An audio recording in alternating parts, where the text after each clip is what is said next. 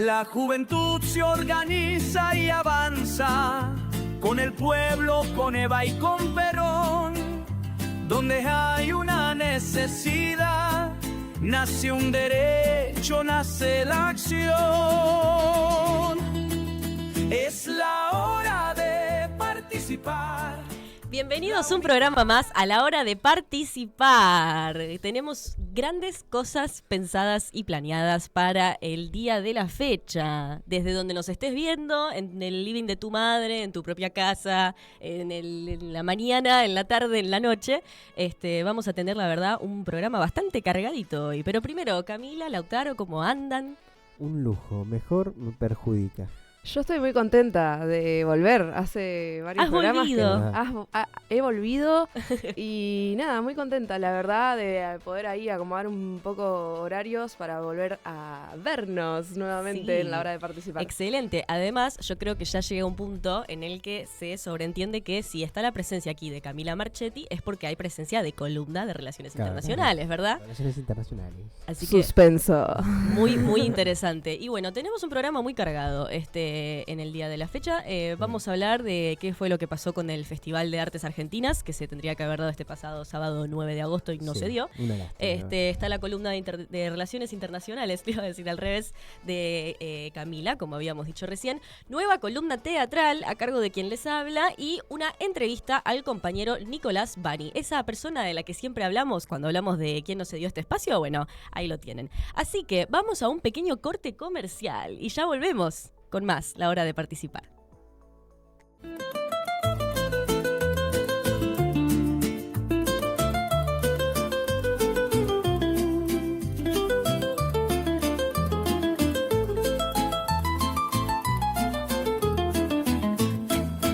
Peronismo es el pueblo en la historia, es la fuerza de nuestra nación.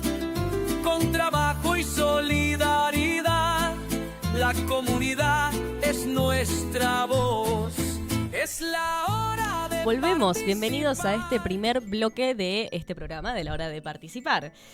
Bueno, no vamos a tener una noticia semanal, más bien vamos a tener una especie de comunicado o reiteración en realidad de un comunicado que ya se fue dando.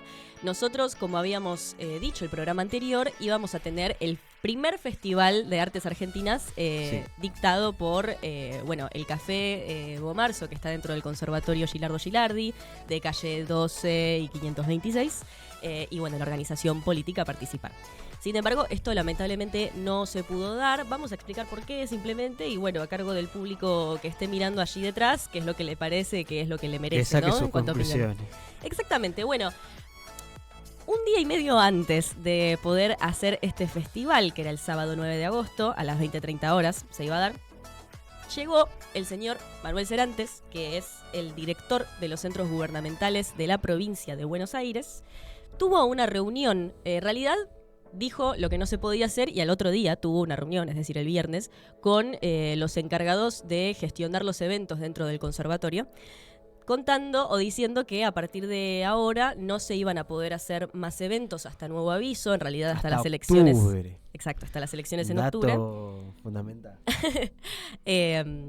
Que pasaran el horario de institución educativa, digamos, claro, para poder hacer los eventos. Es decir, despasadas las 21 horas no se pueden hacer ningún tipo de evento. Y todos los eventos que estén en la grilla hasta el momento iban a tener que cancelarse hasta nuevo aviso, hasta octubre. Y bueno, eso obviamente se llevó puesto también al festival que íbamos a hacer nosotros. Esto, bueno, es básicamente lo que pasó, son los hechos puntuales. No sé qué opinión les merece al resto del público, pero bueno, va a quedar cancelado hasta nuevo aviso. En realidad suspendido, vamos a pasar el festival a otro espacio, pero hasta no encontrar el espacio... Sí, quedan en suspenso. Quedan un Jorge suspenso, bastante importante. Sí, la verdad que una tristeza enorme, más que nada por todo el trabajo que veníamos haciendo, no solo desde la organización, sino de los trabajadores del Café Bomarzo. Bueno, nada, esto es un golpe a todos los trabajadores, digamos, en realidad, porque, bueno, tengo conocimiento yo que no es la primera vez que pasa, no a nosotros, pero sí, digamos, a otros eventos de esta índole. Y bueno, la verdad es que la esperanza está porque el evento lo vamos a hacer y va a salir espectacular, así que toda la decoración que hiciste, Malena, se va a lucir Sí. ese día. Vamos a cantar, teníamos preparadas canciones, Lautaro iba a cantar, hay una milonga, yo iba a cantar una chacarera. También habían muchos artistas, ya Sí. musicales, habían bailarines, artistas Y visuales que visuales. estaban todos preparados para poder hacerlo y bueno, a último momento se les tuvo que decir que no. Como a nosotros, a último momento se nos dijo que no también. Sí. De parte de la organización, a ver, el café no tiene nada que ver, dicho sea de paso, obviamente. Obviamente. A todos se nos tiró ese baldazo de agua fría por igual, digamos.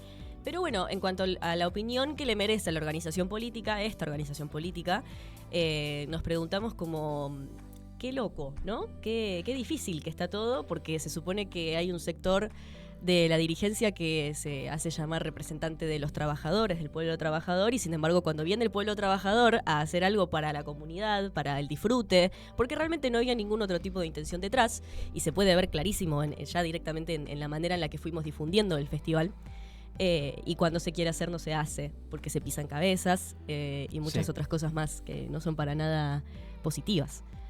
Pero bueno, esto es para nosotros también un capítulo más en nuestra vida política, ¿verdad? Sí, ni hablar, ni hablar. Aparte, a ver, la realidad es que esto, bueno, como dijiste vos, fue un baldazo de agua fría que vino desde las cúpulas y que una vez más pisotean al pueblo trabajador, como dijiste vos. Pero bueno, eso no nos amedrenta, seguiremos trabajando Ujú.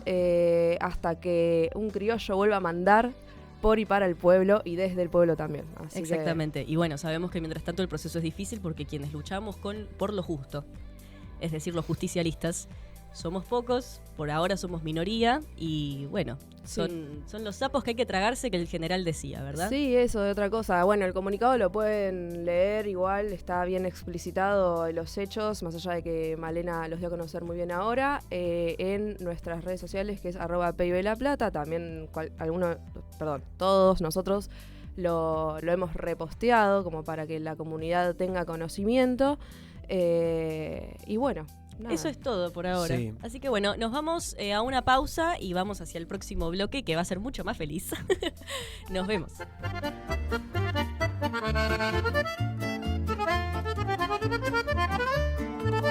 Seguramente no sabías que la Plaza España tiene forma de estrella. Símbolos masónicos. Geometría oculta. ¡Uy, boluda! Geometría oculta. Redes subterráneas. La realidad es que la forma de la plaza responde a arquitecturas del siglo XX. ¿Querían estética? Sí. ¿Conspiración verificada? No. Si el único misterio es por qué nadie arregla los bancos rotos.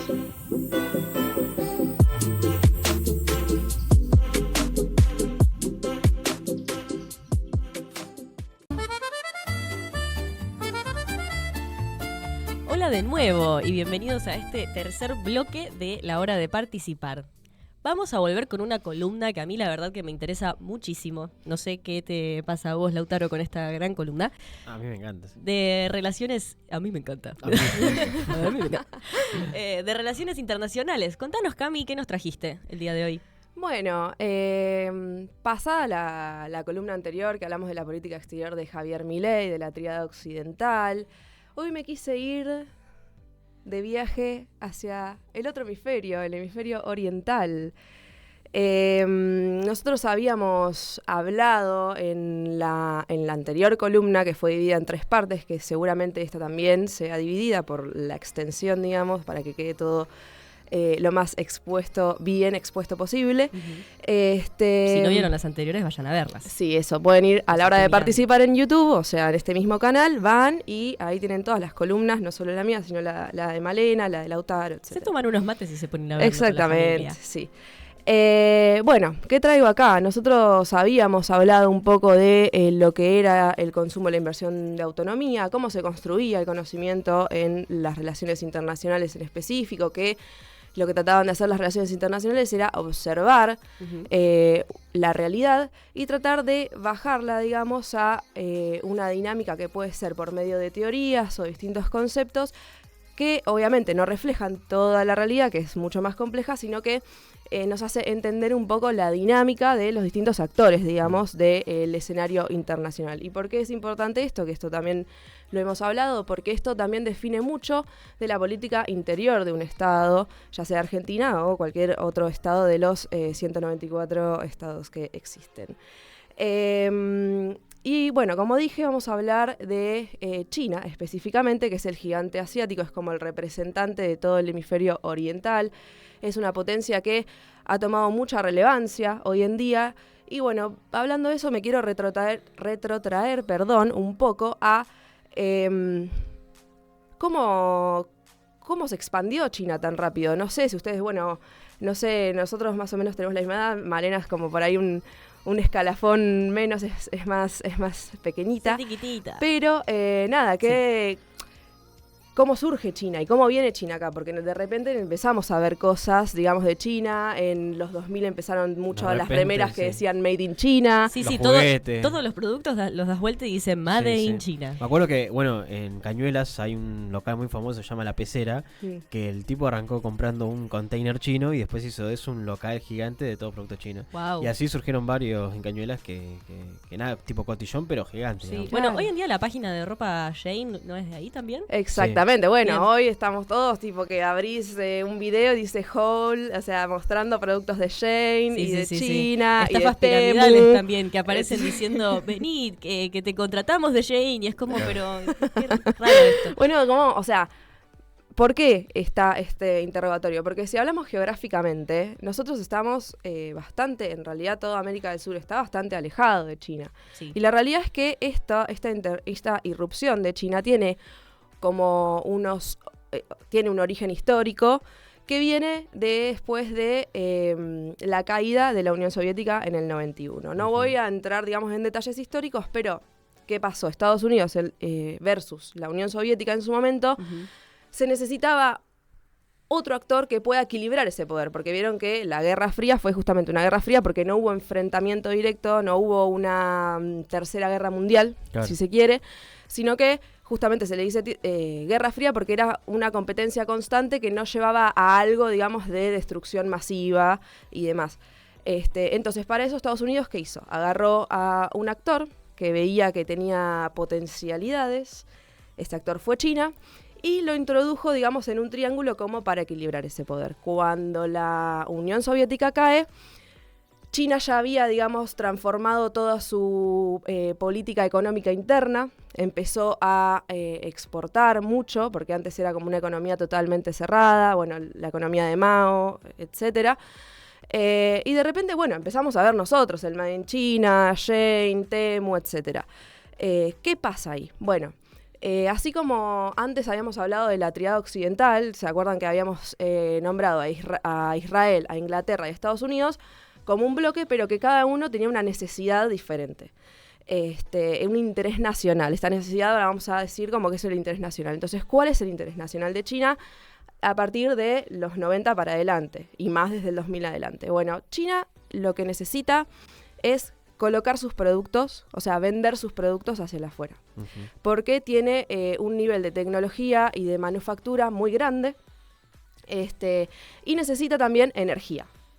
Entonces, cuando todo esto, digamos, empezó a salirse de las manos, porque ya no bastaba con vender bilateralmente a países o exportar productos bilateralmente, Xi Jinping, que es el actual mandatario de China, dice, bueno, vamos a hacer algo que incluya a todo el globo, digamos, como una red que incluya a todo el globo. Y se le llama a esto la iniciativa de la Franja y la Ruta, o la nueva Ruta de la Seda. La Ruta de la Seda es, en la antigüedad, digamos, cómo se comercializaban las distintas rutas que se utilizaban para comercializar las especias, etc. Ok, vamos a hacer como una reversión de la Ruta de la Seda y vamos a ser como la fábrica del mundo, ¿no?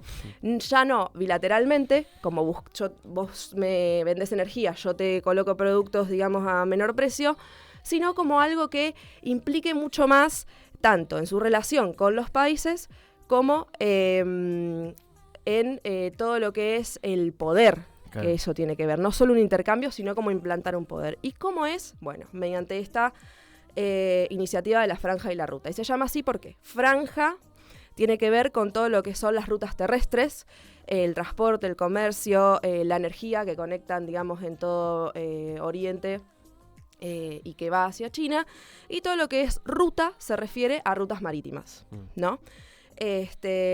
Bueno, todo esto a fines de oficializar este proyecto. Este proyecto fue lanzado en 2013 y si bien ahora presenta algunas problemáticas o declive, que después en próximos siguientes capítulos, programas, claro, entraremos más en detalle, esa es como la idea de China, ¿no?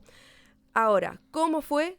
Se lanzó en un foro internacional y un montón de países, que más que nada eran países, lo que antes se decía subdesarrollados o países periféricos o en subdesarrollo, dijeron, esto me sirve. Esto me sirve porque no solo consigo productos a menor precio, sino que también, o sea, por lo general, por ejemplo, si hablamos en América del Sur, que va a ser después el centro, digamos, del análisis, hay mucha energía, hay mucho litio, cobre, gas, petróleo, mucho de eso. Bueno, nosotros te damos y vos nos traes productos. Y no solo eso, sino que China, que parece una actitud totalmente benevolente, dice, yo te voy a financiar toda la infraestructura que vos necesites para el comercio. Te voy a hacer puertos, te voy a hacer corredores bioceánicos, te voy a instalar todo lo que tiene que ver con la logística de las empresas. O sea, yo te hago todo, te doy todo. Y uno, claro, como país periférico dice, agarro, porque, o sea, lo necesito para comerciar, ¿no? Paradójicamente a lo que se piensa este punto, que uno piensa tipo, bueno, sí, es bueno, porque recordemos que América del Sur por proximidad y antes de los 90 era, digamos, su socio comercial y su socio político más cercano era Estados Unidos, país americano. Entonces, ahí es como que estos países periféricos, más que nada de Hispanoamérica o de Suramérica también, si queremos contemplar a Brasil, empiezan a ver la beta de, sí, me sirve diversificar, me sirve no quedarme solo con Estados Unidos, voy con China, ok. Claro, suerte que seas tan buena, reina. Claro, es como sospechoso hasta el momento, pero bueno. ¿Qué pasa con América del Sur? Bueno, en realidad, ¿qué pasa con la BRI, que es el Belt and Road Initiative en inglés, sería esta iniciativa de la Franja y la Ruta de China? Okay. Le vamos a decir BRI. Yo si digo BRI, es como la ruta de la seda, claro, BRI. 140 países firmaron memorándums de entendimiento. ¿Qué quiere decir esto? Son como unos acuerdos escritos como diciendo, sí me interesa, vamos a ver qué vamos a hacer acá, pero me interesa, por el momento me interesa. Y después de esos memorándums de entendimiento se fueron convirtiendo en acuerdos reales. Hoy en día en América del Sur están muy implicados Chile, Perú, Ecuador, Bolivia, Uruguay, Argentina no, porque ahora, bueno, como dijimos en la columna anterior, Javier Milei con esta postura tan ideológica alineada a la triada occidental que tiene, se corre un poco de eso, de hecho se rechazó la entrada a los BRICS y eso. Y Brasil está en negociación. Lula está como negociando ahí a ver qué le conviene y qué no, un poco más cautelosamente que quizás otros países como Perú y demás. Sí, sí. Lo que promete China en América del Sur, más que nada, es un corredor bioceánico. ¿Qué quiere decir? Un corredor que conecta toda la zona de Perú, Ecuador, Brasil, digamos como si fuese una ruta directa para el comercio. Todo eso financiado por China. Perdón, ¿una ruta biooceánica o un vía? corredor, es un corredor, es como que va de un océano a otro. O Claro. sea, del océano Pacífico va hasta el océano Atlántico. Entonces Claro, es como bien, que bien, China bien. ya no tiene que hacer esto, digamos, Pero las como palabras para sería rodear. biooceánico. Porque Bioceánico. Bio, como biología o No, vía. bi. bi de dos océanos. Bioceánico. Disculpen, muchachos, estoy No, sorda. por ahí Ir estoy al médico modulando, con una o sea, estoy hablando muy rápido quizás, perdón. No, no, no. No, no te preocupes. Em, Prometo que es mi tinnitus, que me... Entonces, ahí China te promete. Algunos países se metieron del todo de una, digamos, por su situación, digamos, más de condición de país periférico, digamos, de que necesita Claro. incentivar el comercio y demás. ¿Qué pasa con esto? Y con esto por ahí cierro y lo dejo como en suspenso para que vean el próximo programa. Es que primero que nada, sí, los países que adhieren a la ruta de la seda reciben inversiones en infraestructura, pero también reciben compromisos. Claro. Antes un país periférico tenía muchas opciones de endeudamiento externo, como el Banco Mundial, el FMI, ahora se metió el Banco de China. Porque esto, digamos, o sea, todo esta inversión financiera hacia esas infraestructuras, China no va a agarrar al FMI, que es como la pata que tiene Estados Unidos ahí. Claro, no, el Banco Mundial de China, ok. Y no solo eso, sino que pone muchas condiciones. Por ejemplo, toda esta infraestructura que vamos a hacer, este corredor, estas rutas, estos puertos, por ejemplo, el puerto de Chancay en Perú, lo van a hacer trabajadores chinos, empresas chinas, Claro, y profesionales como ingenieros y El- demás chinos. el país queda reducido a sacar materia prima para China y Claro. energía para China y listo. Energía Claro. para China. O Y sea, encima son- China le vende los productos y encima todo el trabajo que genera se lo llevan los chinos, Claro. digamos, ¿no? Entonces, además de las deudas contraídas, que son, bueno, el programa que viene les voy a traer como un ejemplo quizás, como para que se vea Por mejor. ejemplo, el financiamiento es una deuda tomada, Sí. es decir, es una deuda tomada con respecto a que todas las condiciones que te ponen, pero también es una deuda financiera, digo, pone intereses el Banco Mundial por Claro. todo ese claro. Claro, o sea, es una deuda de los cuales hay muchos países que hoy en día están como en default Claro. con China. Claro. Claro. Porque se hizo una bola de nieve tan grande que salir de ahí es muy complejo porque ya todo lo que tenés de infraestructura hecha es para que entren productos chinos. O sea, el control lo tiene China. E incluso cuando no pueden pagar algunos países, por eso después vamos a ver ejemplos, Ujú. China le dice, bueno, entonces yo te controlo el puerto. O sea, el puerto que te dice, vos no Claro. me podés pagar, bueno, te Claro. lo controlo yo. Sí, sí, sí, sí, sí. Sí, sí, sí. A riesgo de sonar un poco estereotípica quizás, o incluso discriminadora,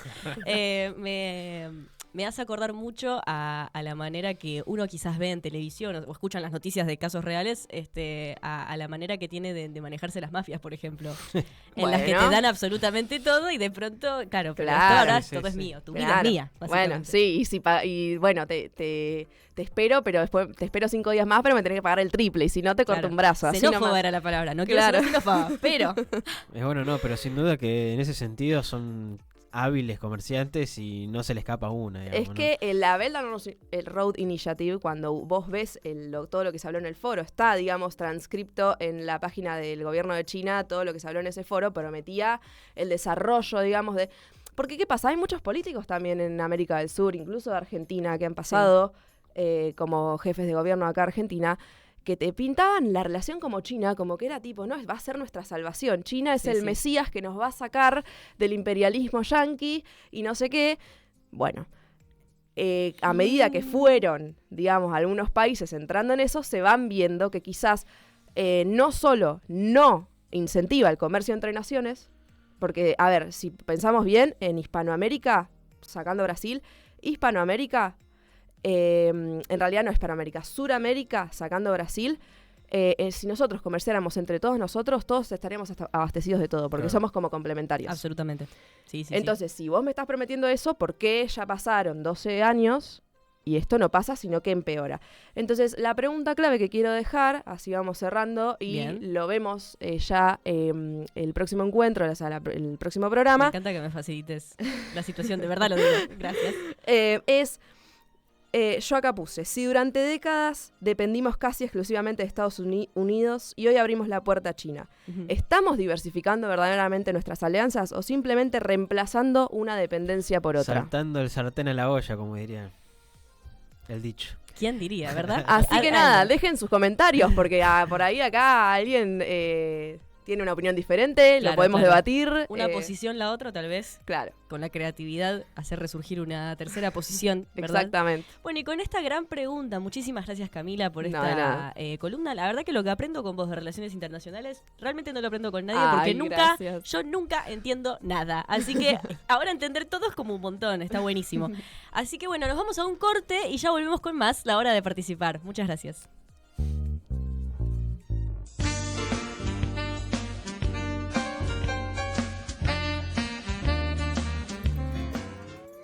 Seguramente no sabías que si venís un domingo a la plaza, se escuchan tambores peronistas.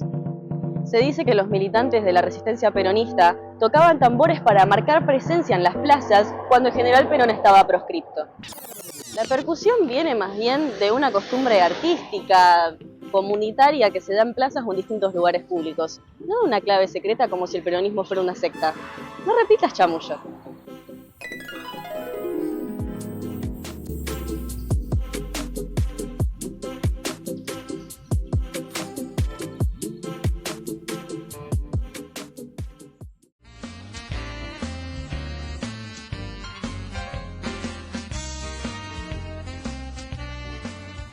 Bienvenidos al cuarto bloque de este programa capítulo 9, capítulo No, 10. 8. 8. Yes. 8 bis, bueno. El 8 bis porque el anterior lo habíamos dicho capítulo 8 y resulta que era... Era el 7. Este es el Bueno. verdadero 8. Yo quería que fuera capítulo 9 y que el 8 al final quedara como fantasma o el 7. Pero bueno, volvemos entonces. Como los iPhone, viste, que saltó del 8 al X, digamos, Nunca se directamente. supo El qué 9 pasó, no, es como un número nunca maldito. sucedió, sí. Bien, bueno, volvemos. Me voy a presentar solita porque para dar más lástima y más pena. Miau, miau, miau, miau. Tenemos otra columna teatral a cargo de yo misma, Malena Tárrago. ¿Quién les habla? Pedro, pone aplausos. Pon aplausos, Pedro, por favor. No se dé cuenta que me está presentando alguien más. Esta sería la segunda parte de una columna que se tuvo hace varios programas ya, que era de grotesco criollo. Pero para hablar de grotesco criollo, yo necesitaba primero presentar al prócer del grotesco criollo aquí en Argentina, país de donde es oriundo, de hecho, este género teatral. No hay otro país donde se haga de manera igual, ni de donde haya surgido originalmente, digamos, que es Armando Discepolo. Bien. Habiendo presentado vida y obra del señor Armando Discepolo, que como les contaba, habíamos quedado en el capítulo anterior en su muerte, en su fallecimiento, que había sido muy triste porque él había pasado como aproximadamente 5 años queriendo presentar su última obra en el teatro, y justo cuando por fin, después de tantos cambios de directores y gente que le decía, sí, lo vamos a hacer, no lo hacemos, bueno, lo hacemos, pero no la vas a dirigir vos, bueno, qué sé yo, hacemos esto, cuando por fin la estrenan a Cremona, esta obra que tenía él muere un par de meses antes para nunca ver su estreno. Oh. ¿Y saben qué Lo es lo veo de peor de más todo? allá, por eso. Sí, lo habíamos dejado Me ahí. encanta Cremona. Cremona, sí, la Cremona la que se come no igual, Claro, la claro. Cremona Pero siento que es muy argentino también que se llame Cremona. es buenísimo el nombre. Sí. Los nombres de todas las obras de Armando Discepolo son bárbaras, realmente. Y de hecho, algo también bastante triste es que la crítica destrozó a Cremona. ¿Alguien Lo cual- sorprendido? Nadie, claramente nadie. Como los grandes próceres de esta gran Argentina, de esta gran nación, siempre se terminan muriendo en algo muy distinto a lo que sería la gloria. Claro, no, por supuesto. Es tremendo, es tremendo. Pero bueno, yendo a lo que nos compete el día de la fecha. Vamos a hablar por fin de grotesco criollo. Primero, me gustaría empezar con las influencias teatrales de este género, valga la redundancia teatral. Así como habíamos dicho en la parte anterior de esta columna, tiene una gran influencia del sainete criollo que viene de España. Tiene también, ahora vamos a agregar, una gran influencia del grotesco que viene de Italia. En el caso de Discepolo, que fue el primero en empezar a sintetizar, digamos, este género teatral, ahora voy a explicar por qué digo sintetizar y no crear. Viene más que nada de Italia, de la parte napolitana, ¿no? Como de los napolitanos, porque él era napolitano también, entonces tenía como mucha influencia de toda esa cultura, digamos. Y también de la tragedia griega, tiene mucha influencia. Voy a ir explicando brevemente por qué influencia de las tres, ¿no? En cuanto al sainete criollo, esto ya lo habíamos explicado antes un poquito también, insisto con esto, se pasa sigue siendo una comedia costumbrista, pero se pasa de conflicto en conflicto, es decir, en el sainete criollo la idea era siempre armar una comedia breve de 2 actos como mucho. Cerraba siempre en un final muy feliz y los conflictos eran más que nada triángulos amorosos, desastres amorosos, cosas así, en una comedia costumbrista. Es decir, te mostraban las costumbres de la vida que iba pasando en los pueblos españoles, después acá en los pueblos argentinos, ¿no? Siempre pasaba en un conventillo, había mucha escena de exteriores también, y como les digo, era una comedia. La idea era reírse. El público iba y decía, ¡ay, qué gracioso esto! ¿Cómo estamos? ¡Qué lindo! Todo divino. Y siempre terminaban un festejo, en gente que terminaba bailando, en como desastres que aparecían y desaparecían muy cerraditos, muy hermosos. De ahí se pasa al grotesco criollo, que retoma esta cosa de la comedia costumbrista, pero a la comedia le agrega una tragedia y empiezan a cambiar los personajes y el sentido de la estética, que vamos a ir a eso un poco más adelante. Y los conflictos ya no tienen que ver solo con desastres amorosos, sino que empiezan a partir de la sensación de desarraigo y de crisis económica que se vive en la familia, y que gracias a esa crisis económica empiezan a haber cada vez más problemas, como una especie de bola de nieve, ¿no? Esa vendría también a ser como la parte de la tragedia, digamos. Exactamente, bueno, bien. Después tiene también influencia con el grotesco italiano, básicamente por la palabra. Estoy diciendo mucho como Maradona, disculpen, ya lo saco, ya lo... Cada uno evito. tiene su muletilla, digamos, como natural. Sí, pero hay que sacarlas, che. Y Ese es bueno, mi gran desafío acá en la radio, creo. ¿Qué hacer? La vida. ¿Qué es va? dura. La vida es dura. El hombre es duro, el hombre es durísimo con las muletillas. Bien, la influencia del grotesco italiano en sí remite a que primero que los inmigrantes de Italia fueron los que fueron los que trajeron al grotesco, ¿no? Acá en Argentina, específicamente en la provincia de Buenos Aires. Primero y principal eso, Claro. es importante mencionarlo. Segundo, como bien les decía recién, la palabra grotesco en realidad sale de los subterráneos, disculpen que los tengo que leer, es que si no, los subterráneos de la Domus Aurea de Nerón, que era este palacio que se había construido en la antigua Roma al emperador Nerón, ¿no? En estos subterráneos se encuentran unos dibujos y esos dibujos empiezan a recibir el nombre de groteschi o algo por el estilo, disculpen la pronunciación, ¿no? Groteschi remite a una estética del arte que habla de las formas bizarras que ya no contemplan la forma clásica de entender a la belleza, por ejemplo, ¿no? Y a partir de ahí, como bueno, se empieza a ver como una deformación de lo que tiene que ver con lo bello o lo entendido como lo sublime. Claro. Lo sublime y lo feo. De hecho, el grotesco... Que venía de la tradición griega, ese sentido de belleza anterior, digamos. Sí, y también, bueno, exactamente, que se empieza a diferenciar cada vez más con el romanticismo, entonces en algún punto también tiene una influencia el grotesco criollo del romanticismo, de esto, que es una frase que también tengo acá, que es que lo feo no tiene por qué no ser sublime y lo sublime no tiene por qué ser feo. ¿Vieron, por ejemplo, cómo decirlo? Los personajes de los jorobados en el romanticismo, ¿no? Como, de hecho, El jorobado de Notre Dame. Sí, claro. ¿Se acuerdan de esa película? Por supuesto. Viene en algún punto de la estética romántica. ¿Y la estética romántica qué te muestra ahí? Que él es un hombre que es un jorobado, ¿no? Sí, que es sí, feo, que es feo. que es retraído de la Que está sociedad. escondido, Sin claro. embargo, él tiene humanidad, él tiene amor para dar, él tiene una Claro, belleza claro. interna que la muestra y se empieza a extrapolar y es, Claro. bueno, de ahí viene todo eso, ¿no? Y el grotesco tiene una gran influencia de eso. También tiene leves influencias con la tragedia griega, en términos meramente narrativos. ¿Qué quiere decir esto? Vos una tragedia griega, en todas las obras de tragedia griega, empiezan con una acción que ya había sido consumada mucho antes de que el espectador empiece a ver la obra. ¿Qué quiere decir esto? Que justo cuando se empieza a despertar la curiosidad del espectador de ver cómo se desarrolla la historia, es cuando termina el acto. Claro. ¿Por qué? Porque lo que empieza a contar justamente es una tragedia que ya estaba ocurriendo y que termina en un cierre que es como el punto culmine, ¿no? Que Sí. vos pensás que le debe faltar un acto más para terminar de Claro, desarrollar la claro. historia y no, ahí es cuando se termina. Lo mismo pasa con el grotesco criollo. Y también, importante decir que es un género tragedia-comedia, que no es lo mismo que tragicomedia. Tragedia-comedia. Yo pensaba que era lo mismo, lo busqué por Claro. las dudas para esta columna y me enteré que no era lo mismo, debo confesar. No lo sabía de antes. La tragedia-comedia implica que en realidad se van relacionando los dos géneros, pero no se mezclan nunca. O sea, la idea no es que parece que te vas a reír y llorás, Claro, o parece no. que vas a llorar y te reís. No, no, no. La idea es reírse llorando, llorando riendo, ¿no? En esta constitución de lo grotesco que por momentos decís, ay, es tan ridículo que me tiene que dar risa porque no se puede creer, pero que te cuente una historia que es tan llegada a vos que te estremece, Claro, te incomoda más de lo que te sentís bien.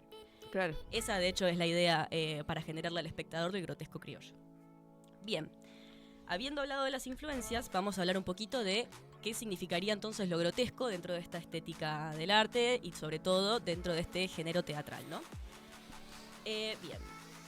Lo grotesco tiene que ver con una composición de los personajes, sobre todas las cosas, y una manera de contar las historias. Los personajes no buscan ser bellos de manera hegemónica, vamos a decir en las palabras, en el vocabulario Física, por así decirlo. del mundo progresista, sería de una manera hegemónica, ¿no? Claro.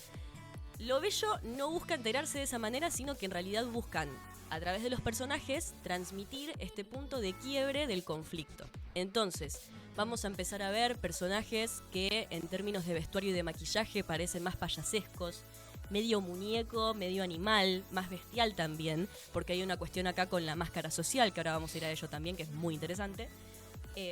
Y también tienen una manera de moverse que es bastante errática, ¿no? Como esta cosa de ir medio a los porrazos, esta cosa de que parece siempre que se están por caer, que se tambalean, y tienen una postura que para nada es erguida, para nada es linda ni es elegante, sino Claro. que todo lo contrario, hay mucho de encorvarse, hay mucho de esto de decir, che, yo estoy laburando y acá la estoy pasando mal, porque hay una tragedia muy grande en eso, Claro. ¿se entiende? Además, hablan en un lenguaje que es casi inentendible para poder transmitir otra de las partes de sus conflictos. Que ahora también vamos a ir a los conflictos, ¿no? Hablan en un idiolecto. ¿Qué es el idiolecto? ¿Alguien me puede preguntar así hacemos? ¿Qué ¿Qué es es el un idiolecto? idiolecto? Me alegra que me pregunten. Tengo aquí la respuesta en mi librito de curiosidades. El idiolecto no llega a ser un lenguaje, sino que llega a ser una manera de hablar que se empieza a generar de manera popular. ¿Bien? O sea, no es el español, no es el inglés, no es el latín, no es el griego, no es el hebreo, es la manera mala Claro. que tenemos de hablar nosotros, ¿no? En esta ocasión sería el cocoliche. Todos los personajes Claro. hablan en cocoliche. ¿Qué es el cocoliche? ¿Qué es el ¿Qué es el cocoliche? Me alegra que me preguntan esto también. El cocoliche es un rejunte de el lunfardo, Claro. de eso te voy a malas preguntar. palabras, o Sí, sea, de sí. lenguaje como medio soez o como medio bravucón también, como de todo el tiempo estar tironeando Claro. y qué sé yo. Y también de el dialecto que es ítalo-criollo. Porque ¿Qué es el dialecto italo-criollo? básicamente es la resultante entre inmigrantes italianos Claro. conectándose con criollos federales. Claro, es O bonaerenses. como el lunfardo, o sea... No es el lunfardo, es No es un lunfardo. rejunte de todas esas cosas a la Claro. vez. ¿Se entiende? O sea, Claro, es claro. las malas palabras, es el lunfardo y es el ítalo-criollo hablando todo al mismo tiempo. O sea, es un quilombo total. El cocoliche no se entiende. Que De es hecho, un poco, a ver, es un poco el argentino también. sí, en algún punto sí. Quedaron muchas palabras del cocoliche que se utilizan hoy en día, de hecho. Y sí. Sí, totalmente.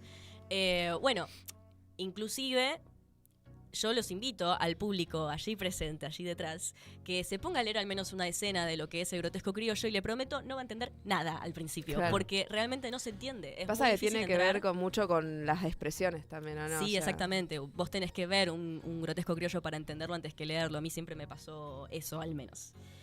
Bueno, bien. Yendo por esta línea, insisto, con lo grotesco, también lo que ocurre es que va a ir al borde o al límite entre lo real y lo irreal. Porque notamos a personajes que, insisto, con la historia que van contando y la personalidad que tienen, decís, esto yo lo veo en mi barrio, por ejemplo, esto lo veo en mí misma, lo veo en Sí. familiares, pero la manera que tienen de ser es es justamente tan grotesca, es tan bizarra, es tan visceral por momentos, que se va construyendo como esta especie de mundo que no llega a ser nunca fantasía, pero parecería remitir, ¿no? Bueno, y por otro lado, vamos a hablar del conflicto.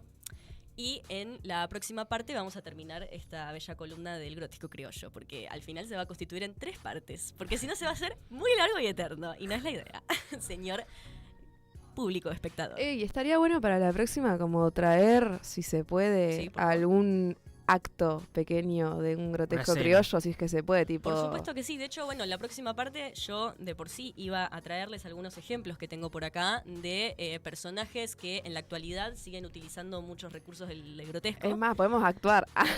Sí, Bueno, al autor le va a Hacemos encantar una- esa idea, sobre todo. Bueno, de última, nosotras... claro.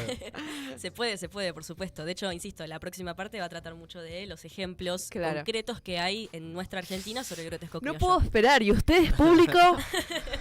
Bueno, vamos al conflicto, que esta es la parte más interesante del grotesco criollo y lo que más nos ha sabido sintetizar DJ Polo. Acá vamos a mi explicación de por qué digo sintetizar y no crear, porque en realidad el grotesco criollo, así como el nacionaljusticialismo, surge bien del vientre argentino y patriótico que estaba viviendo en el siglo XX un momento bastante de confusión. Por Sí. decir lo menos que menos Por y no lo decir más de general. mierda. Sí, a ver, siempre se habla de que nuestra gran patria se ha constituido en parte por la cantidad de inmigraciones que ha tenido, ¿no? En su seno, que ha Ujú. recibido, que ha contenido.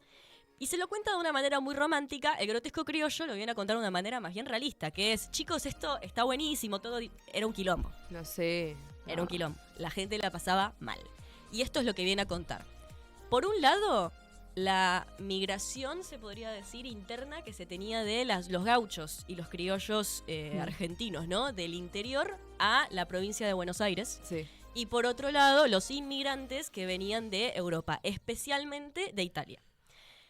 Ellos empiezan a conectarse en conventillos también con algunas que otras personas, aunque era minoría realmente, que eran oriundas de Buenos Aires. Y entre estas tres cuestiones se empieza a dar un conflicto muy grande que tiene que ver sobre todo con, y acá porque yo también lo traigo mucho a la actualidad y por eso también quería traer esta columna acá, tiene que ver mucho con esta falta de conexión con el otro. De lo solo que me siento, ¿por qué? Porque no se me entiende por el idioma, tengo una barrera lingüística tan grande que no puedo llegar a conectar de verdad con el otro, ¿no? Claro. Tiene que ver también con la máscara social, que luego también vamos a hablar de que tiene que ver con el grotesco. Eso por un lado, por el otro también el desarraigo, el decir yo voy a cambiar de tierra para ver si ahí puedo cumplir mis sueños y acá me encuentro con que soy tan pobre y nadie me entiende como para poder encontrar el trabajo que necesito para poder mantener a mi familia, que los sueños no solo no los cumplo, sino que ni me acuerdo que están, porque tengo que traer el pan a casa y me está costando mucho eso. Sobre todas estas barreras de encuentro, de conexión, de trabajo digno, de cumplir el sueño o la meta que uno tiene y de, en el medio de todo eso, tener que mantener una familia, es que se va a traer de las entrañas al grotesco criollo, ¿no? Es el conflicto más importante de todos, de hecho. Y el tema de la máscara social tiene que ver con que estos personajes, que como hablábamos antes, son estos personajes deformes que están todo el tiempo al borde de lo real y lo irreal, nunca entienden por qué todo les sale tan mal. Durante toda la obra, los personajes jamás entienden cuál es el problema que yo tendría que estar tratando de arreglar para poder solucionar todas las crisis de mi vida. Y ahí entra la máscara social, que esa es la parte trágica del grotesco criollo. Vos tenés tu yo humano, tu yo social, tu yo aceptable, y tenés tu yo animal. Claro. Tenés tu yo que esconde todos los errores que escondería cualquier humano. Que encima es inentendible, que encima está solo. Entonces, la caída de esa careta, la caída de esa máscara social es lo que tiende a ser el punto cúlmine de toda obra de grotesco criollo y la parte más trágica del personaje. ¿Por qué? Porque se da cuenta de que el problema era uno mismo. No era el contexto, no era el otro. Claro. Era responsabilidad de uno mismo. Y bueno, con esto tengo muchísimo más para hablar de grotesco criollo, pero lo vamos a dejar acá, me parece, porque si no se va a hacer eterno el programa. Y señora, yo quiero que usted se divierta. Yo quiero que usted diga, ay, cómo aprendí. Yo quiero que usted se entretenga. No lo quiero aburrir. Entonces, nos vamos a ir un corte y volvemos con más de la hora de participar. Viva Perón, Perón, Perón, qué grande sos, mi general, cuánto vales. Perón, Perón, gran conductor, sos el primer trabajador. Bienvenidos al quinto y último bloque de este gran episodio de la hora de participar. Ahora sí, estamos con una muy interesante entrevista, me parece que va a ser.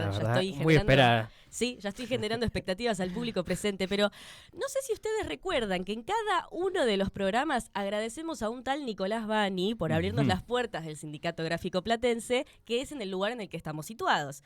Bueno, aquí les presento la cara y corazón de Nicolás Bani. La personificación de Nicolás Bani. Buenas tardes, buenos días, buenas noches. Buenas noches, ¿dónde buenas se noches, ve? buenas Al noches. público. Buenas noches, porque esto, como dice Vuela a la mañana, no se ve.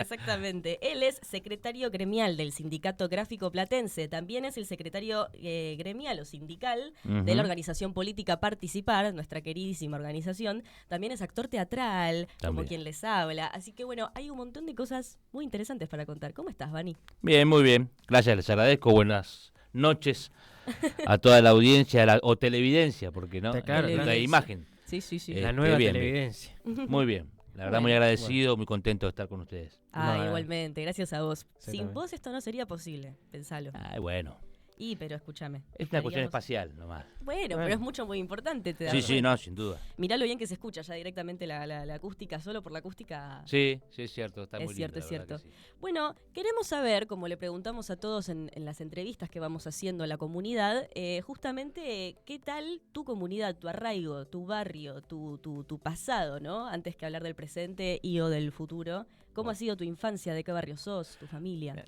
yo vivo hace 46 años, va a ser que vivo en el mismo barrio.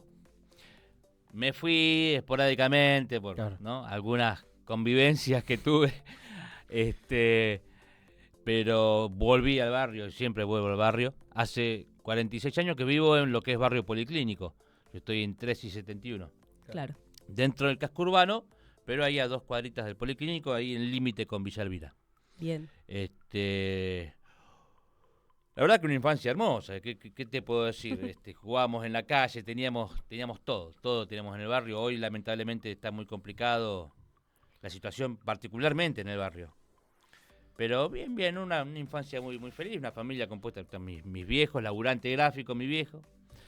Mi vieja al principio se dedicaba a ser ama de casa hasta que, bueno, en la época de Alfonsín la situación económica se había complicado mucho, tuvo que salir a laburar, así que empezó a trabajar en la obra social, lo que es ahora la OSFA, que es de las Fuerzas Armadas. En aquel entonces era IOSE, que era la obra social del Ejército. Así que empezó a laburar mi vieja, nos cuidaba mi abuela, a los 3 hermanos. Yo tengo un hermano mayor, una hermana menor. Íbamos a la escuela, mi abuela nos preparaba, nos íbamos al colegio. Pero siempre fue una infancia muy, muy sana, productiva, porque yo recuerdo, teníamos la 72 en aquel entonces, cuando yo era pibe, Claro. tenías la 72 del lado de Villa Elvira, que era la asfaltada, y del lado del casco urbano era de tierra. En el medio, todas las vías del tren y los pastizales, ¿viste? Entonces con los pibes vivíamos jugando ahí. Claro, qué lindo. Una infancia de juego. Sí, sí. Y no de totalmente. consumo, como pasa hoy en No, día. no, para nada. Para nada más. Bueno, estamos hablando, yo creo que cuando ustedes nacieron yo ya estaba militando. O sea, Claro. digo, a lo que me refiero, cuando yo era pibe, Ujú. no teníamos teléfonos celulares, no teníamos computadoras, no había internet, era otra cosa, era Era distinto. mucho más sano. Claro, Sí, sí. bien. Mucho más sano. sí. Hace el puente perfecto para la próxima pregunta, Y ¿verdad? ahora, bueno, sí, la próxima pregunta tiene que ver, bueno, cómo surge justamente tu idea de militar, de empezar a militar, dónde empezaste a militar también. Esto es complicado. O sea, ¿qué te Está hizo bien. a vos interesarte Claro, políticamente básicamente en el eso. mundo? No, en arquitecto, realidad, no? digamos, buscarla desde la política, la herramienta para cambiar la realidad del otro, Está bien. ¿no? Yo ingreso... No, yo empecé antes de ingresar a la escuela de teatro, porque soy actor también. Ya vamos a hablar de eso. Sí. Año 98, 99, empiezo a militar con el Partido de Trabajadores Socialistas, Mira, ¿sí? En la Escuela de Trabajo Social. Época de toma de facultades, toma de rectorado, año 98, 99, 2000. ¿Escuela de empezaba. Trabajo Social, eso te refieres a la facultad o es otra cosa? Ahora la facultad, en la Ah. universidad, en aquel entonces era la Escuela de Trabajo Social. Ah, está bien. Bien. Y en ese momento no identificado con el nacionaljusticialismo, ¿o sí? No, para nada, Interesante. no, para nada. Digamos, en realidad es como el tango, ¿viste? Que todos dicen, no, el tango te encuentra... A mí no me De gusta grande. el tango te termina encontrando. Sí, sí, sí. Bueno, yo creo que el nacionaljusticialismo Ujú. también te termina encontrando, ¿Y ¿no? cómo fue Porque- que te encontró el Nacional Justicialismo? Y porque uno se da cuenta, digamos, más allá de las utopías que Sí, tiene, sí. ¿no? Ideológicas. Los ideales. Claro. Es que la política de lo posible es el nacionaljusticialismo, Sí, no hay sí. otra alternativa. Digamos, a ver, es algo que a nivel mundial fue probado en la Argentina y funcionó. Las otras doctrinas no funcionaron. Fueron probadas, no funcionaron. Es más, yo creo que se han cometido atrocidades en nombre del bien común, Sí, sí. ¿no? Por así decirlo. Totalmente. Y otras doctrinas también. En nombre de otras doctrinas. Sí, claro. Ni hablar. Pero bueno, tarde o temprano uno se termina arrimando, empieza... digo, y también era la falta de lectura. A ver, yo vengo de mi generación, yo nací en los finales de la dictadura cívico-militar. Toda mi infancia fue con el radicalismo, con Alfonsín gobernando. La verdad que era una época muy, muy complicada para mi familia. Después empiezo ya la preadolescencia con el menemismo, ¿no? Entonces, decir justicialismo, radicalismo y justicialismo era mala palabra. Claro. Claro. Porque nos habían vendido que eso era. Bueno, uno después con los años empieza a leer a Perón Ujú. y dices, che, no. Este que entró por el peronismo, la verdad que no hacía Sí, sí. Nada Ni de medio de lo que dice acá. Genera ¿Viste? conflicto Entonces, en uno, ¿no? claro, ¿qué me vendieron como peronismo? Porque aparte, donde yo militaba, los espacios que militaban, el enemigo era el peronismo, Claro. ¿viste? Entonces te entras a dar cuenta que, pará, no está tan mal esto, ¿eh? Claro, claro. No está tan mal. Y después empezás a ver qué es aplicable. Claro. ¿Qué es aplicable? Porque lo otro que vos te formaste, porque esto de ser es casi romántico. La Claro. revolución, soy un joven, tengo... Mm. Y en realidad, viste, después empezás a leerlo y decís, miércoles. No, el justicialismo sirve, ¿eh? No, ni hablar. Entonces, bueno, de a poquito me fui acercando, Sí. y ya no hubo con qué darle. Y no, viste, No, una vez porque- que te enganches como... No, no olvidate. puedes. No. ¿Y para cuando entraste al sindicato ya habías descubierto esto? ¿O Mirá, aún no? en el año 2006 me postulo para delegado de mi taller, hecho todavía, no era trotskista, pero había como un tránsito al socialismo y Claro. un poquito, sí, medio tirando al peronismo. Estaba Claro, ahí, claro. viste. Tenías un quilombo tísico en Era la un cabeza. quilombo Bien. importante. Claro, sí. Yo Sí. soy electo delegado y éramos 3 delegados en el taller. Uno de esos delegados, Carlos Tulián Villegas, un monstruo, un tipo que sabía muchísimo, un delegado de primera especial aparte. Socialista, el negro Tulián. Y el negro, un día me dice, estamos hablando, a ver, primera presidencia de Néstor Kirchner. Me dice, sin duda alguna, me dice Tulián, que para mí era una eminencia, y sigue siendo, ¿no? Sigue siendo una persona muy grosa, con unos ideales para con el trabajador. Ujú. Me dice, sin duda alguna, me dice, Perón fue el mejor presidente que tuvimos. Y, viste, yo digo, epa, Claro. ¿cómo me dijo esto?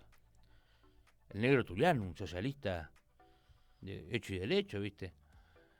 Entonces ahí dije, bueno, este tipo, si me plantea esto, ¿por qué será? Entonces empecé a Interesarte más. interesarme más, a leer a Perón, porque en realidad no son peronistas aquellos que no leyeron a Perón. Y no. Porque, digo, a ver, yo creo que cualquier persona que lea a Perón, porque tenemos la única doctrina, que al hombre no solamente lo considera, digamos, una cuestión física, sino que también le pone un alma, le pone un cuerpo, le habla del amor, Ujú. somos la única. Entonces bueno, sin duda alguna, todos los argentinos somos peronistas por más que digamos que no. Sí, sí, sí. Tenemos el espíritu peronista. Sí, En sí. nuestro Hay ser. una anécdota que Perón estaba con Atahualpa Yupanqui y le dijo a Atahualpa, que él se decía que era comunista, Claro. ¿viste? Ujú. Le dice, usted con esa cara, ¿cómo no es peronista? Le dijo Perón a Atahualpa. Sin duda alguna somos todos peronistas, lo que Maravilloso. pasa es que muchos no lo saben. Claro, todavía. Claro, perfecto. Y en cuanto al sindicato, ¿ibas a preguntar Mm. algo? Te estoy por cortar. No, no, del sindicato iba a pasar a otra pregunta directamente, bueno, ¿a qué te dedicaste vos? ¿Ahora qué te dedicás? Claro, ¿de qué Este- trata tu trabajo, tu trabajo, ahora dentro del sí, sí. sindicato? Para contarle al público, ¿verdad? Mi El público tarea es televidente. gremial. Bien. La tarea gremial en un sindicato, en realidad, Ujú, primero, nosotros tenemos ámbito privado Ujú. y ámbito estatal. Sí. El sindicato gráfico.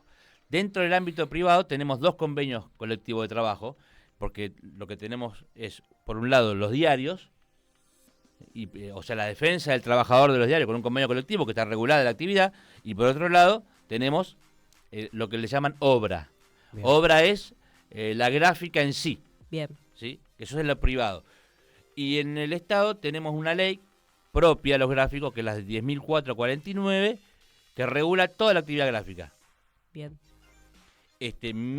Digamos, principalmente el trabajo del delegado, del secretario gremial, es observar que se respeten tanto los convenios colectivos como la ley. Bien. Eso es principalmente. Después la tarea es amplísima, Claro, porque vamos desde la defensa sindical hasta la escucha de un psicólogo. claro, claro. Estamos como un taxista, ¿viste? Claro. Mm. Claro, sí, porque tiene que ver en definitiva con el apoyo y representación de los trabajadores, ¿no? Que tiene que ver con también su contención y un montón de cosas. Totalmente. Por eso digo, hay cosas que van mucho más allá después, ¿no? De lo que dicen los convenios y la ley, sino que tienen que ver con la cuestión de humanidad, Claro. que roza lo social, ¿no? Sí, también. sí. Bueno, y de hecho, yo lo sé porque he formado parte de algún punto, también se pueden abrir inclusive talleres adentro de un mismo sindicato, ¿no? O sea, todo tiene que ver también Claro. con un montón de otras dimensiones que pasan del trabajador más allá de... Sí, nosotros, a ver, puntualmente. acá tenemos varias secretarías y todas trabajamos coordinadas, ¿sí? Claro, Organizadas. Claro. Acá hay una comunidad organizada. Digo, nosotros, desde la gremial, vemos que el avance de la tecnología va hacia la impresión 3D, por Claro. ejemplo. Entonces lo que hacemos es gestionar. Hablo con la Secretaría de Cultura, Formación y Deporte, le digo, mira, la parte laboral se está tirando para la impresión 3D. ¿Qué hacemos? Bueno, hablamos de la universidad, traemos docentes universitarios a formar compañeros, los que quieran, claro. Claro. en impresión 3D. Entonces, va todo coordinado, todo Sí, sí, organizado, va todo encadenado. Trata de generar una adaptación del gremio, de la profesión, tampoco sin excluir a los compañeros que esa propia deterioración o esa propia como avance la tecnología empieza a expropiar el trabajo de los compañeros, digamos. No, sin duda. A ver, la realidad es que la gráfica particularmente, digamos, es tomada como impresión. Claro. Y no es impresión, la gráfica es mucho más amplia. Claro. La impresión en sí está, digamos, el soporte papel Ujú. está dejando de existir. Pero, a ver, la gráfica no desaparece, lo que hace es muta, evoluciona. Evolución. Lo que tenemos que ir es hacia esa evolución Claro, claro. y con los trabajadores adentro Claro. de la Claro, evolución. claro. ¿Entendés? Claro, sí, sí. Supongo, no sé, me dirás vos que supongo que esa es la función también del sindicato, ¿no? Tratar de integrar a todos en esta Sí, sí, claro. coyuntura tecnológica. Totalmente, totalmente. Sí, sí, sí. Sin desmerecer, ¿no? Digo, a ver, por ejemplo, hay talleres que todavía se usa el plomo es antiquísimo. Claro. Mm. Digo, pero la realidad es que empieza a desaparecer. Claro, claro. El Y papel, hoy la gente factura a través de internet. Claro. Y antes habían imprentas que se dedicaban exclusivamente a la fabricación de talonarios de factura. Claro. Entonces, si no evolucionamos, nos vamos adaptando, vamos a quedar en el camino. Y sí, la realidad. sí, es lo más lógico del mundo. Así es, Bueno, hemos pasado brevemente por tu trabajo en el sindicato, Ujú. también por, tus arraigos, el barrio y la vida más humana, quiero decir, pero en realidad todo es humano, no tiene mucho sentido. Me gustaría ahora pasar por el tema de que sos parte de la organización política Participar. Ujú. ¿Cómo fue que vos te enteraste de que esta organización existe? ¿Cómo fue que entraste? Inclusive el primer día, un día importante que te acuerdes ahí, Mirá, dijiste como, soy parte. y esto hace varios años, porque yo en realidad me acerco a Guillermo Moreno con unos compañeros para traerlo a La Plata, desde ninguna organización política, ninguna agrupación Ujú. ni nada, lo fuimos a buscar para traerlo. Cuando la primera vez que viene Guillermo, vienen compañeros de Participar, que estaba el compañero Diego, El secretario compañero general. Tárrago, que es el secretario general. Vienen compañeros de la Néstor Kirchner, Ujú. vienen compañeros de la Brigadera General. Entonces se acerca alguien de Guillermo, del riñón de Guillermo, a decirme si yo quería conducir lo que era la Néstor Kirchner en La Plata. Bueno, yo no tenía problema. Formamos la Néstor Kirchner, estaba formada, pero la renutrimos de gente, bueno. Y empiezo a tener contacto con compañeros de Participar, nos juntábamos, charlábamos, empezábamos a hacer cosas juntos. La Néstor Kirchner, por una cuestión progresista, podemos decir, se disolvió. Sí. Y yo automáticamente, los compañeros me abren las puertas, me abren los brazos y me incorporan a Participar. Y ahí Y empezaste a trabajar. no me detuve. Y No no nos te- detuvimos, no en nos realidad, detuvimos. porque encontré yo en Participar particularmente algo que nunca había encontrado, que es una comunidad organizada. Pero, digamos, y lo voy a repetir, acá el sindicato tiene que ser una comunidad organizada, en la organización política la familia de uno tiene que ser una comunidad organizada, y por eso me quedé en Participar. Aparte somos todos, hay un lazo que nos une, que esto de ser compañero, que es... ¿Cuál es la diferencia entre compañero y amigo? De un amigo, por una cuestión emocional Ujú. y de cariño, da la vida por su amigo. Con el compañero, a veces no tenés cariño, pero da la vida igual. Claro, no, no. Entonces es mucho más valeroso eso. Totalmente. Tal Hay una cual. cuestión de lealtad. De lealtad, Muy una bueno cuestión de pertenencia a ciertos principios, ¿no? Ujú. Sí, muy lindo eso también. Así que ahí Excelente, increíble. venimos, le dimos para adelante en Increíble. Participar y seguimos estando acá. Espectacular. Bueno, hermoso, la verdad, hermoso momento con Nicolás Bani, una gran entrevista para el secretario gremial del Sindicato Gráfico Platense, este hombre que nos abre las puertas también, gracias a él es que tenemos la oportunidad de estar en este estudio de grabación en el sindicato, ¿no? Así que bueno, me encantaría, podríamos charlar horas y horas, quedó en el tintero el tema del teatro y la actuación. Cuando quieran. Pero me gusta que quede en el tintero, porque yo te quiero invitar aquí. Bueno, no es en vivo, aquí en Falso Vivo, Claro. a participar de alguna de las columnas de teatro que Cuando quieran. hemos incorporado. Cuando quieran. Así que bueno, muchísimas gracias. No, gracias a ustedes, por favor. Por juntarte acá a participar, valga la redundancia. Y ¿no? sigan haciendo este programa que la verdad que creció muchísimo,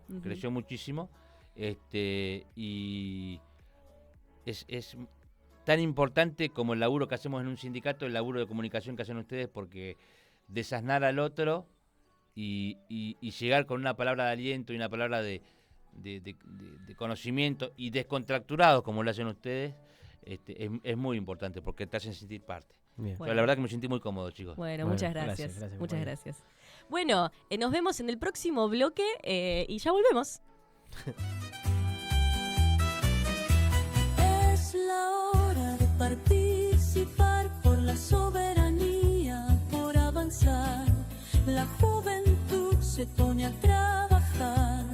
Con Perón la patria va a triunfar.